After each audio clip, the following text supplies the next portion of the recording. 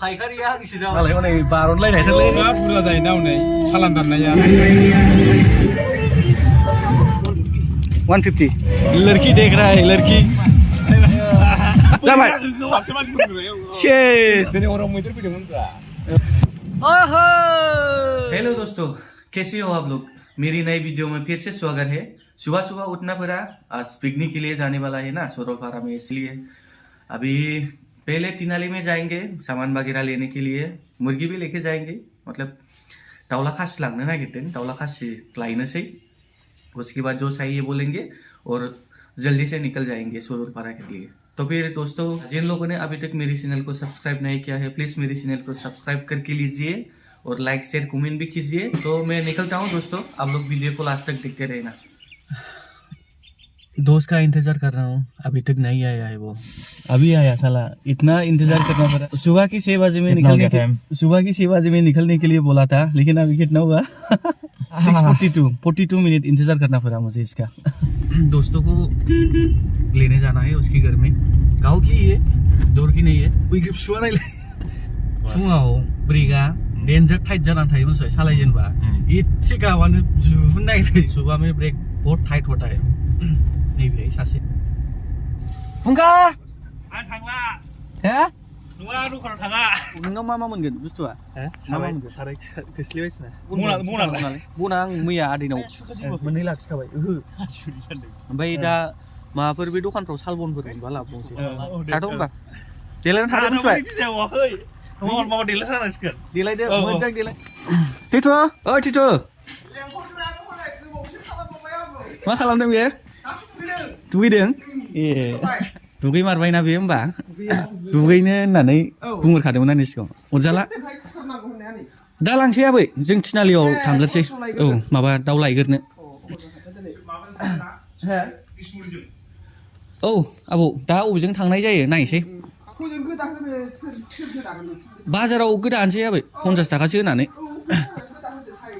औ बिबार बागान पहले हमने ऐसा प्लान किया था कि 2 गाड़ी में जाएंगे, 8 लोग जाएंगे, लेकिन ऐसा हुआ कि मतलब फिक्स नहीं था, इसीलिए अभी हम लोग एक ही गाड़ी में जाएंगे। सिगाङाव माने आरजन थांनायनि प्लेन खालामदोंमोन आरोखि ना, गारि गंनैजों थांनायनि। बे लोगोनि गारिखौ लानो नागिरदोंमोन, ओमफ्राय माखासे लोगोफ्रा थांनायनि फिक्स गैया नालाय, दा जोङो बे गोनो गोथो मानसिफोरखौ लिङासै आरोखि। दा जों फिक्स जानाय, जों 3 फिक्स जाबाय नालाय, जों 3जों थांसिगोन। बेजों मा लेन्स माबा जायो नामा, मा होनोमोनलाय वाइड एंगल जायो। मोजां जायोना गोजानसिन नुयो। मोजाङाथ' एखेयानो जाहैबाय, गोजानसिन नुयो। आंना मबाइला एसे मा होनो बेखौ नालाय वाइड एंगल लेन्सआनो। दखानफ्रानो खुलिजोबबावाखै आलासि बेथ' खुलियो माथो हांसोआसो मेरलाथार हनै बोरै राजाया बे खासि नामा ओरै खासि नङा दाउलासो ना बेना फिसा फिसासिन नोंसिना फैसा होदो ओमफ्राय आथिं खेवना होदोब्रा 11 लांसै ना 1100 बांद्रायबावसो खासि जानो नागिरनाया बेहेराखौनो लानांबाय। दाउला खासि लानो नागिरनाया दाउला खासियानो गैया, मासेल'मोन। ओमफ्राय दामानो बाराद्रायलै, लायासै, बेहेराखौसो लाबाय। टाइमाबो गैलाना, नेनो हाला। दाउ गोदा होनो नागिरदों, गोदा होनानै लांखानोसै। बे बाजारावनो फैसा एसे होनानै गोदा होनानै लांसै। अमाबो लानो बिसोर, आंथ' अमा जाया, गावसोर अमा जायो नालाय अमा एसे लानोसै। मालाय गावसोर बेस्थ'थारावनो गोदान टाइमानो गैया। हा फुगासिनोसो दं नै दासो, मंगलबार बाजार दिनै। दाउआनो एथ' बुरजा जाखाबाय, मानो अमाखौ एथ' बुरजा नांगौ जाखो? जानांगौ जासिनांगौ जासिनो जायो पिकनिक जानायाव बिदिनो जायो जानानै होनांगौ। आंनाव बे गल्डेन माथाम माहर दे फिथा जालांसै। नांगौ बुस्थुखौ मोनाखैना दाउखौथ' मोनबायमोन मोननाया, ओमफ्राय हासिबखौथ' मोनासै ना दाउ गोदानाव मोनासै। मालाय दिनै बाजार ना, मंगलबार बाजार, बेस्थ'थार मालाय गोदानो सोलाबानो। दा न'आव गोदाहैनांसिगोन, उफाय गैला। फिथा गुगुनि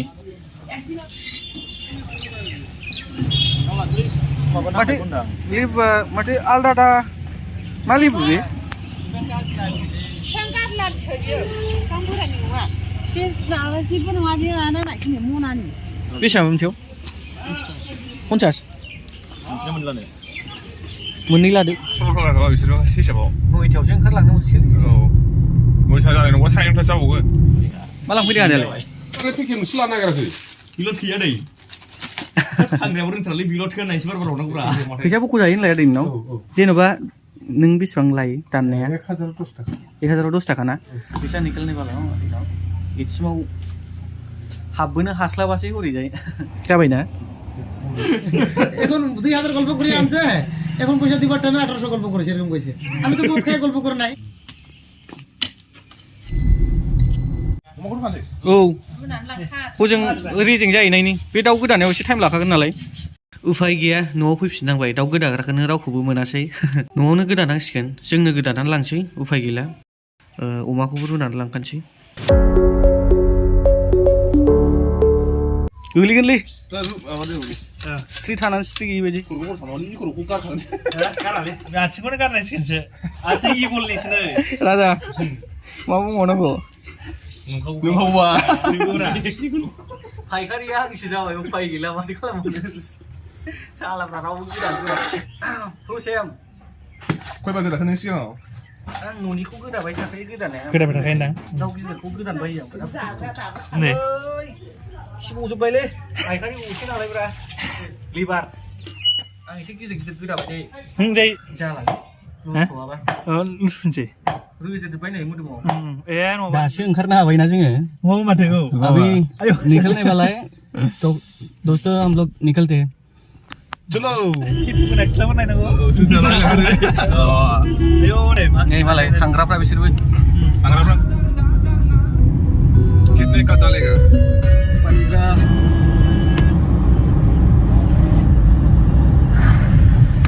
सालाफ्रा बनखौ बावबोदों आं सोंखाबाय लाजोब्बाय नामा मोजाङै नायजोबदो होननानै बुंखादोंमोन आं लाजोब्बाय होननायखाय आंहाबो लाबाय सानबाय आंबो खेल लानो रोङासै गावसोरबो बावबोबाय दा नै बिसमुरियाव बन बायनांसिगोन उफाय गैला रेजेंखौ बासिदो फानग्राफोरनिखौ मोनासै नालाय दखानावनो बे दखान होग्रा सासे आयंनाव बर'आनो बेनाव बिबाय गंसेसो लादेरबावदो नामा लानोबा बायसान्सनि राजा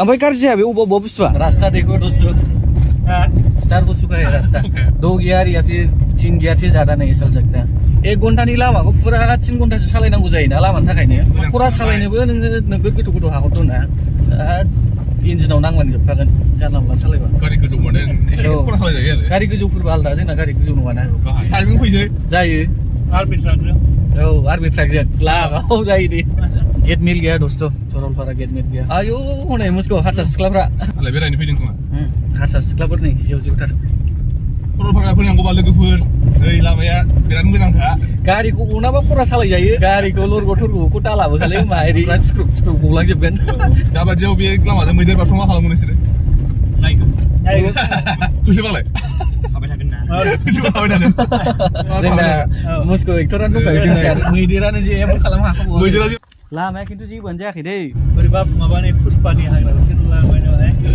पुष्पा फिल्मनि सिगाङावनो नुवाखै अबसे बेहा नुवाखै सिटाबो जायाखै एथ' भाइरेल जालायनायखौनो नायासै दाबो जोङो बन्द' खालामनानै थांनो हायोब्रा बे नायबासो मिथिगोन उन्दै आया न'आव माथो उलुंबार माथो उलुंबार मार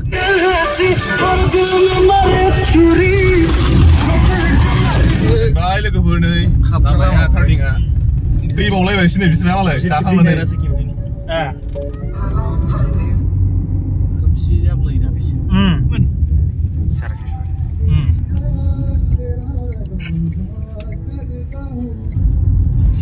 गारि केराया मा मन्दिर टेम्पोल ना माबालै ए भुटाननि ए बायबो खेबजायो मानसिफ्रा ना मालाय हनै बारनलायनायथारलै पहुंच गया दोस्तों सरलपारा बेसे 200 सानसेयाव गासै टटेल बेसेबां जायो गारिया 100-150 होनबाथ' बुरजायानो जायो फेल नामा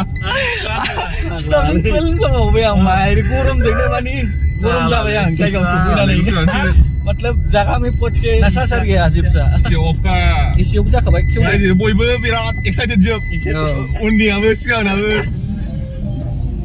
दावखोलांसै ना बबे साइडआव थानो जोंहा समाज लाफ्लांबायलै आं लामाया अट'सो सालायोना सानखौ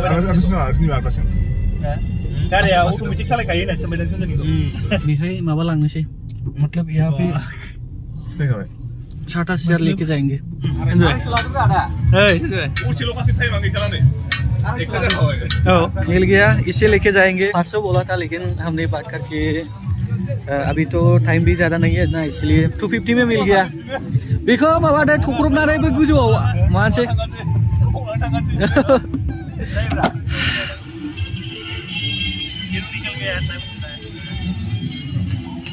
यहाँ पे 2 लोग रुको, हम लोग पहले जगह देखेंगे, उसके बाद तुम लोगों को फोन करेंगे। अगर ऐसा करेंगे तो और फिर से आना पड़ेगा। हम लोग पहले जगह देखने जाएंगे, उसके बाद ये सामान लेने आएंगे। नहीं लगाना इसलिए अच्छा जगह मिलेगा कि नहीं देखना पड़ेगा। तो लाइन करना वही चल के देखना पड़ेगा उस तरफ।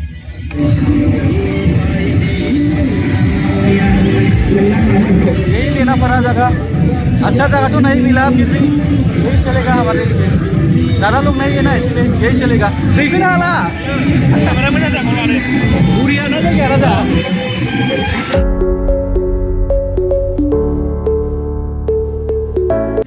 ओए दाबो जोंगोन हाया नामा नोंलाय? जल्दी करो जल्दी। फैनानै साथुगासिनो दङ।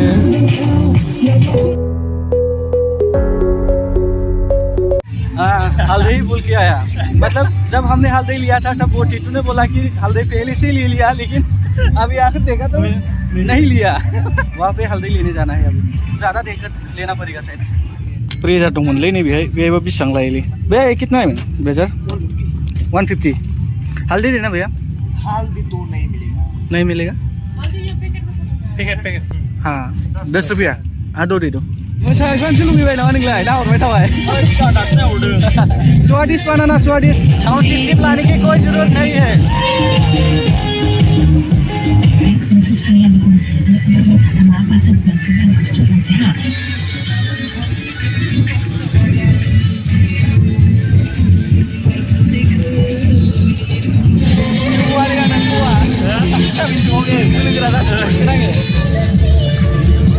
Selamat naur kemana?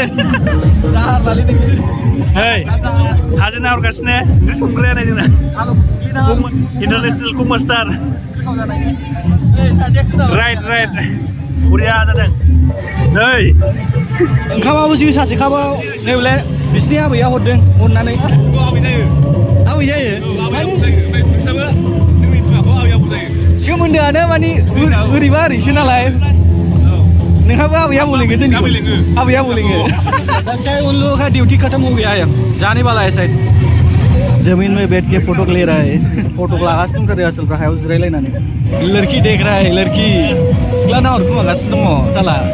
लोंफुबाय थानायाव खिनो ओंखारदोंलै साला। खिनो दोनलांनांगौ जायो नों। टाइम हो गया है, फिर भी अभी भी लोग आ रहा है।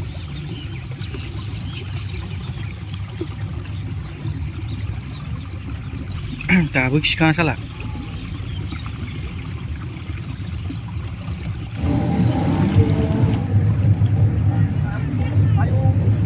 Rebusna. फोटो ले रहा है। तुझे नहीं चाहिए फोटो? मोबाइल ऐसे सुन के बड़ा दिया। पानी में डालो मोबाइल। नहीं भाई, मुझे था मुझे जाके।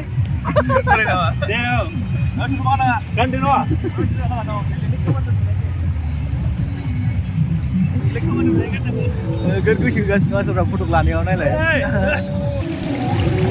मैंने मिठाई दिया है।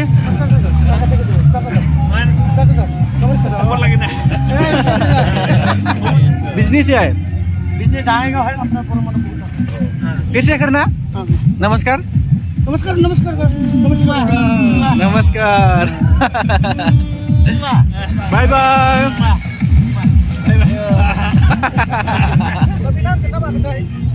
गाड़ी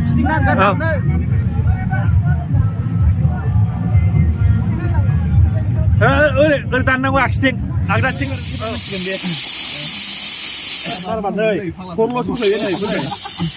रात हो गया है बाबू, जाना पड़ेगा। Roa aja bisa ini. Ayo, Bukan nung di bawah. Tapi kok kalah sih? Hasil kalah. Oh, hasil. Dia turun nung kayu sih belum ada. Harus betul flash kurang berapa ya? Oh, gue ya. Ini aja betul lah. Dalam ya lu mulai sih. Semua dia sudah lengkap. Driver pilot mau helikopter driver. Lagi. खोनायाखै ना 아이고 그거 사실 जाबाय 박수 마시고 그래요. सेस सिना जाबाय रुलाय बेखौ इखौ माबासै जाम्बा नङा र' बेखौ एसे बे बारखौ गगोनसै माबासै मानसिफ्रा ओंखाम गोदान गोदानसै बेखौ जानांगौबा सेसलै न'आव जालाबायसै बेखौनो र' लोखिखौ जानांगोन ना लोखिखौ जागोन ब्रा माने बेखौ एसे ओरै बे बार गयोबा बे राफोदसो जागोन ब्रा मिथिबाय लोखिखौ जानांगोन माबायदि माइरं लाबोआ नोङो साला 마이롱 모장은 나타이 बेखौसो रायलायसिगौ ना 나타이 माइरं लाबोग्राया बेनो 마이롱 모장은 나타이 마카세 संनाय खावनाय आरो बे बनथननि गेजेराव फाराग देखायबाय आरो ना ओंखाम गोथां खालामग्रा फुंखा नङा राजासो रायलायखिनो गेजेरनियाव ओके गेजेरनियाव खाना खाने वाला है अभी खाना खाएंगे और खाना खा के जाएंगे रात भी हो चुका है देखो पूरा अंधेरा हो चुका है सब लोग जा चुका है लोगोफोर आथिंखौनो खोख्लैदों फुंखाया थेवब्लाबो जागोन आङो टेबोलावसो खोख्लैखादों सासे जागोनथारबाय नै आं जागोन थारबाय उखुने आमला नहीं मना दे। हम लोग नहीं जाएंगे हम लोग बाहर में रहेंगे दिनै हराव मैदेर फैदोंमोन ब्रा मानैमोन औ बेसे गिदिर गिदिर आरो बिराद गिदिर औ मथि गैयाब्लाबो 6 फुट 7 फुट बेबायदि फैयो आरोना बायदि फैयो ओमफ्राय जेनेबा मारै अबेथिं अबे साइडथिं फैयो आदै बे हाग्राजों बिथिं फैयोना बाहायनो खमथिनि खमथिनि मानसिना मैदेर फैदोंनो मैया फाला ओहो बिराद अन जागोनलै बे हिनजावजों देनां मिथिबाय बिराद खामानि मावोना बे दोस्तों मैं वीडियो को यही खत्म करता हूँ हम लोग निकलने वाला है रात हो चुका है तो फिर मैं वीडियो को यही खत्म करता हूँ बाय